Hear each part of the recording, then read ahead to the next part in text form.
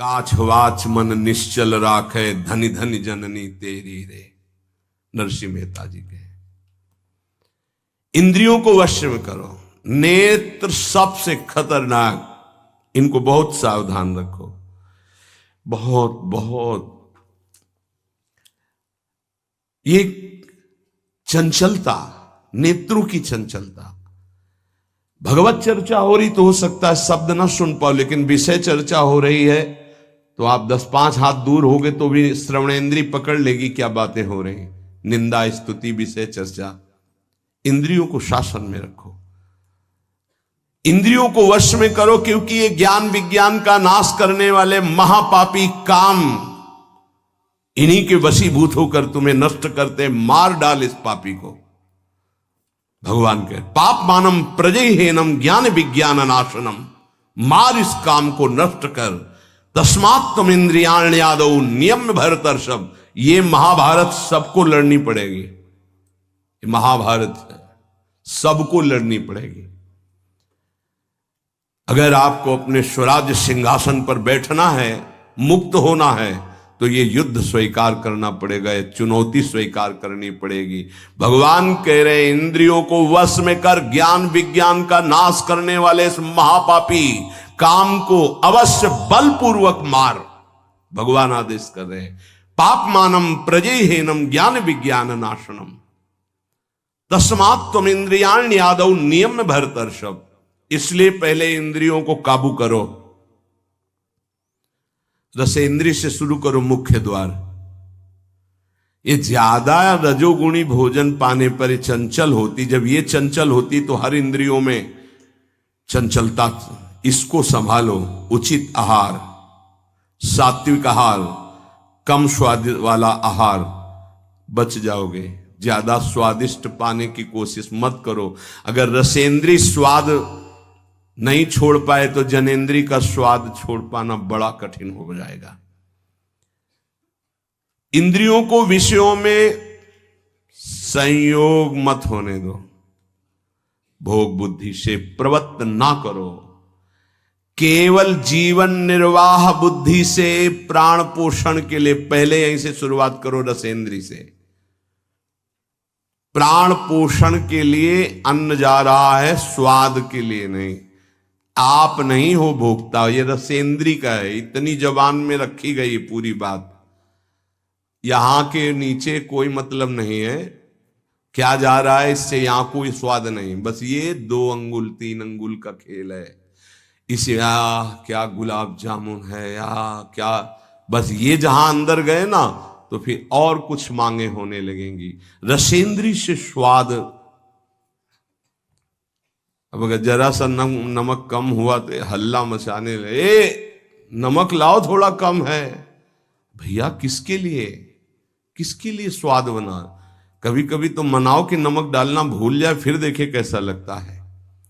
कभी कभी बिना स्वाद के भी भोजन पाना चाहिए। हाँ, ऐसा करो। मन चंचलता रहित हो जाए, इसके लिए सात्विक भोजन करो। अच्छे अच्छे पदार्थ इसको दिखा दो। हाँ, जैसे आज साधु सेवा भंडारा ऐसे जैसे होता है, कभी ऐसा उत्सव आदि में तो दिखा गुलाब जामुन। जब परोसने आवे तो क्यों आज थोड़ा उधर ऐसे बस दिखा, और वो चले गए। हाँ बोल दे अंदर से। हाँ, गरम गरम धुआं उठता हुआ समोसा, हरी चटनी, लाल चटनी और वो सेवई नमक वाली। हाँ ऐसे। अब ये खा के तुम ध्यान करोगे किसका, अब ये निर्णय तुम करो। ये चीजें खा के तुम ध्यान करोगे, प्रभु का तो ध्यान होने वाला नहीं। सात्विक भोजन पाने से हमारे अंदर भजन की वृत्ति बढ़ती है, और रजोगुणी तमोगुणी भोजन पाने से भोग वासना बढ़ती है, निद्रा प्रमाद स्थिति आती है। बिल्कुल सच्ची बात समझो, ये 3 गुणों से हर सामग्री बनी हुई। इसीलिए संतों ने निर्णय किया आप ये पा सकते हैं, ये पा सकते हैं, ये पा सकते हैं। खूब अनुभूति विषय, इसलिए मना किया गया आप ये नहीं पाएंगे। क्यों नहीं, भगवान ने तो सब कुछ बनाया है पाने के लिए, तो पाने के लिए भी बनाया है तो फिर और व्यवस्था भी भगवान ने बनाई है। रो रो नरक, अंधतामिस्त नरक, ये भी भगवान ने बनाए हैं, तो इनका भी स्वाद आप लीजिए। सावधान, शतोगुणी भोजन संयम पूर्वक पाइए, नाम जप करते हुए, और इतना कि बस लगे कि हाँ, थोड़ा वजन लगने लगे कि हाँ हो गया, बंद कर दो, शाम के फिर पा लेना। कोई तुम्हें तो ये है नहीं कि पता नहीं मिले कि ना मिले, कई दिन मिले कई दिन ना मिले। उसमें होता है कि अब जो मिला है डाल लो, पता नहीं कई दिन बाद मिले। तो आप लोगों को तो एक मिलता है, तो संयम में आपके पास व्यवस्था श्री जी ने सबकी कर दी। तो संयम से आहार, और अच्छे पदार्थ ना लो तो अच्छा है, अगर लो तो बहुत कम लो, थोड़ा। खीर हटाओ और सब कुछ अब पीने दो, तो वो मन, खीर में नुकसान नहीं है, गुलाब जामुन में नुकसान नहीं, वो जो मन को बढ़ावा मिला रसेंद्री के द्वारा, अब वो इतने में तृप्त नहीं रहेगा, वो और इंद्री को लेकर के भ्रमण करवाएगा हमको। और जब इसको मारना, जैसे मन हमसे गलती करवा देता है तो क्या कहो, गाल में मारो, तो त्वगेंद्री पिट रही, उससे क्या होना है। इसको कैसे मारा जाए, इसको ऐसे मारा जाता है, ऐसे। जैसे गुलाब जामुन, भैया आज हमारा पेट दर्द कर रहा है, वो कहेगा नहीं, कहो, नहीं नहीं बिल्कुल नहीं कहेंगे। वो जो मन को पीड़ा हो रही, अब वो पिटाई हो रही। साधक मन को बहुत दुलार करता, पीट नहीं पाता।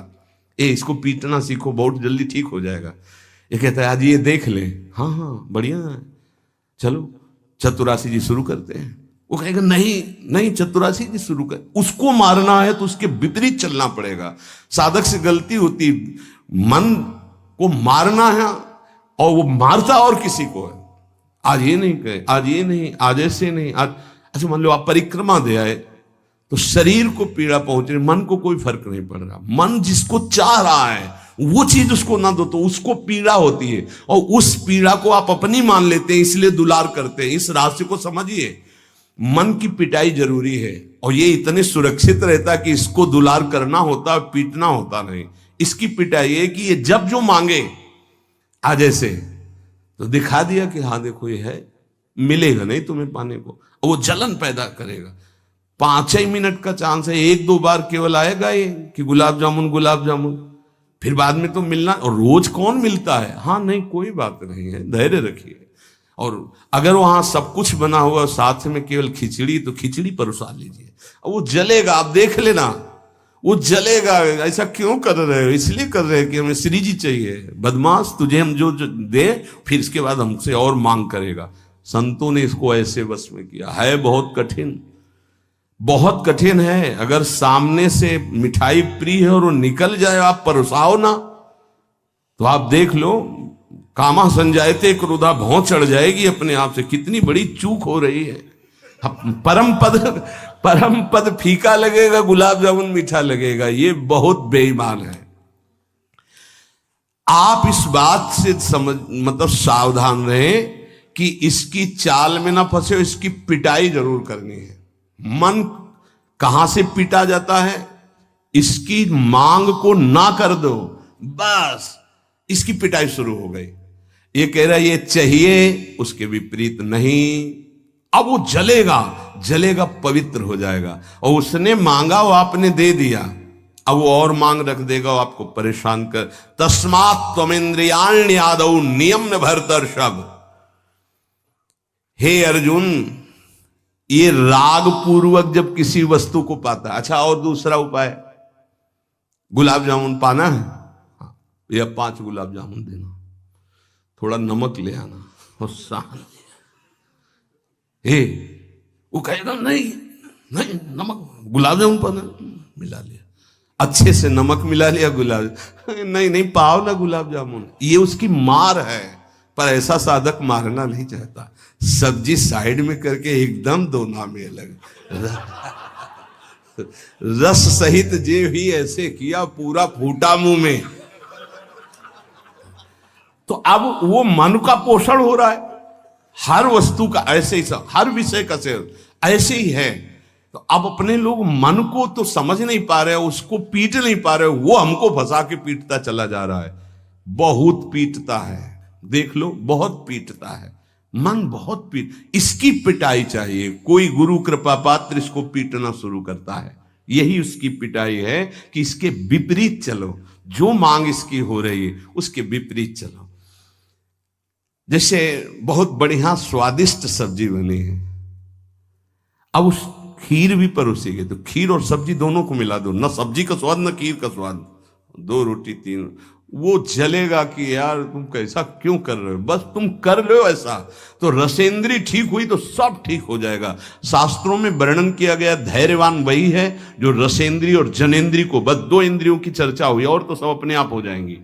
और रसेंद्री प्रधान, रसेंद्री ना हुई तो फिर आगे जो राग पूर्वक भोग, कोई भी भोग किया जाए वो बिल्कुल द्रवित हृदय में छप जाता है, बार बार पीड़ा पहुंचाता है, ना चाहते हुए भी साधक का पतन कर देता है। यही है, ना चाहते हुए पाप कौन करवाता है। आहार का बहुत बड़ा फर्क पड़ता है। अगर हम आहार पर संयम कर लें तो निश्चित काम पर विजय प्राप्त की जा सकती है। अगर आहार पर संयम ने, उचित आहार से अब देखना खाते खाते मर जाते हैं लेकिन खाने की इच्छा पूर्ति नहीं होती। यही चमत्कार माया का। 2 रोटी डाल लो फिर भजन देखो कैसा होता है, देख लो ना आप करके। खट्टी डकार आ रही है यहां से, फिर भी शाम के बैठे हैं, आलू का पराठा और चटनी ये और वो, फिर जाके पचाने में पूरी ताकत। भजन कैसे करोगे? थोड़ा भोजन करो, खाते खाते मर गए यार। आज यहां का, कल वहां का, परसों यहां का, संसारी पुरुष इसी में लगे रहते हैं। सुनो, उतना डालो जितना प्राण पोषण के लिए। कभी ऐसा देखो कि पेट में वजन ना आने पावे। अगर आपको भजन बढ़ाना है तो पेट में वजन ना आने पावे। ऐसे जब बैठो और भोजन शुरू करो, जहां लगने लगे कि पेट में कुछ आ, वहीं बंद कर दो और 1 दिन का अभ्यास निर्णय करो कि 2 रोटी इतना इतना इतना हो, उतना ही। ये बार बार बांटना और बार बार पाना ये साधकों के लिए ठीक नहीं है। एक बार रखवा लो 4 रोटी से दाल सब्जी और बस खत्म। आपका घर है, आप श्री जी का प्रश्न, बस एक बार, और उसी को पाके अपना भजन करो। धिक्कार है जीवन को, खाते खाते अवस्थाएं बदल गई। बचपन से लेकर 50-60 वर्ष को वही खाने की इच्छा। कभी तो थोड़ा मन वही फंसाए, मृत्यु आ जाएगी फिर भी खाने से तृप्ति नहीं होगी।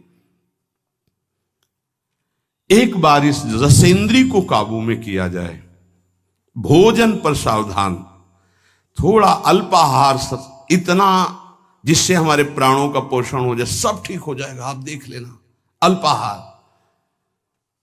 अगर भोजन सुधार नहीं होगा तो फिर भजन में सुधार नहीं होगा। भोजन बहुत प्राण शक्ति प्रबल है आपकी, ऐसे नहीं निकल जाएगी। बहुत प्राण शक्ति बलवान होती है। वायु, अन्न, जल उचित चला गया तो खूब साधना बनेगी। इसलिए कोई भी वस्तु राग पूर्वक सेवन न की जाए। ये ज्ञान मार्ग, भक्ति मार्ग, जो मार्ग के उपासक, उनको इस बात पर विशेष ध्यान रखना, चाहे गृहस्थ हो चाहे विरक्त हो। शास्त्र के अनुसार कर्तव्य कर्म होने चाहिए और राग रहित आहार विहार होना चाहिए। पूज्य श्री पंडित गया प्रसाद जी के शिष्य मास्टर बाबा, उनके पास जितने साधक रहते थे तो उनकी सब्जी में नमक नहीं, खीर में चीनी नहीं, ऐसे ही उल्टा सीधा बनता था। तो जानते हो कैसे साधक रहते थे? 2-4, जब दंडोती परिक्रमा लगा रहे थे तब वहां गए थे 2-4 साधक। जब शाम के मिला ना तो वहां कुछ पकड़ में नहीं था कि रोटी से सब्जी पाओ तो कुछ पकड़ में आवे, या दूध और चावल मिला के रखा गया तो कुछ पकड़ में, कुछ पकड़, न मीठा न खट्टा न नमकीन न कुछ। वो भगवत धाम को प्राप्त हो चुके हैं, बहुत अच्छे महात्मा थे पूज्य श्री मास्टर बाबा जी। ये बड़े बड़े महापुरुष ऐसी चाल क्यों चलते हैं? क्योंकि वो अपनी इंद्रियों को काबू में रखना साधकों को सिखाते हैं। काम को मारने के लिए सबसे पहले इंद्रियों का नियमन करने को श्री भगवान कह रहे हैं। तस्मात् त्वम इंद्रियाण यादव, नियम में भरतर शब्द, इनको पहले कंट्रोल में करो। कान से भगवत वार्ता, अच्छी वार्ता सुनो। नेत्रों से अगर कहीं एक बार कोई ऐसा दृश्य उपस्थित हो जाए प्रकृति में तो प्रणाम करके दोबारा नेत्र मत पहुंचाओ। जहां आकर्षण हो वहां बार बार नेत्र मत पहुंचाओ। वाणी से कभी अश्लील संभाषण, गंदी बातें मत करो। खान पान संभालो, इंद्रियों को संभालो, ठीक हो जाएगा। जब तक साधक इंद्रियों को संभालता नहीं तब तक उसकी दृष्टि भगवान की तरफ न रहकर भोगों की तरफ होगी। आज ये बनेगा अच्छा, और पहले से संकल्प मन बना लिए इस में तो ये ज्यादा नहीं तो ऐसा है कि आप जो चाहो जितना ले सकते हो। हाँ हाँ, खुली छूट है। इंतजार हो रहा कब वो 11 बजे, कब 12 बजे। ये संकल्प विकल्प को मारना है। कभी कभी ऐसा कर लिया करो, ज्यादा मन तैयार हो गया ना कि आज तो उत्सव है, बहुत गोल कर दिया, आज उपवास करेंगे हम, तो सब मत करना, नहीं तो गड़बड़ हो जाएगा। अलग अलग उत्सव में एक एक दो दो, आज नहीं पाएंगे, आज भूखे रह करके रहे। फिर आप देखो जो आपको मन जलन पहुंचाएगा वही मन को अधीन करने के बिना इसके अधीन नहीं होने वाला। ये भी बात समझ लीजिए, यहीं से अधीन किया जाता है। जैसे अपने लोग अब सावन भर केवल गंगा जल पी कर रहेंगे, जो भगवान शिव की उपासना गंगा किनारे सावन खूब आराम से 2 4 5 दिन शिथिलता होती है, इसके बाद वो शरीर उसी ढांचे में ढलने लगता है और गंगा जी में सब सामर्थ्य विराजमान है। सही, कभी हम अपने शरीर को शक्तिहीन अनुभव नहीं किया। गंगा जल में इतना पावर विराजमान है, ऐसे पदार्थ विराजमान है। उस समय जब गंगा जल ही केवल बहुत सामर्थ्य उसमें, कभी ऐसा नहीं लगा। जब गंगा जल पीते थे तो लगता साक्षात माँ का दूध पी रहे हैं, एक विशाल अंदर से उत्साह प्रकट होता था। 2 4 दिन के बाद शिथिलता खत्म हो जाती है और वो शरीर पचाने लगता है, जो अन्न की मांग करता है वो धीरे धीरे शांत होने लगता है। मनुष्य की प्रवृत्ति इंद्रियों की मांग को पूरी करने में है। आज तो घर में नहीं, आज चलते हैं होटल में खाएंगे, यहां के नहीं, गाड़ी में बैठे आज छठी करा वाले होटल, ये क्या है आज वहां, ये है क्या?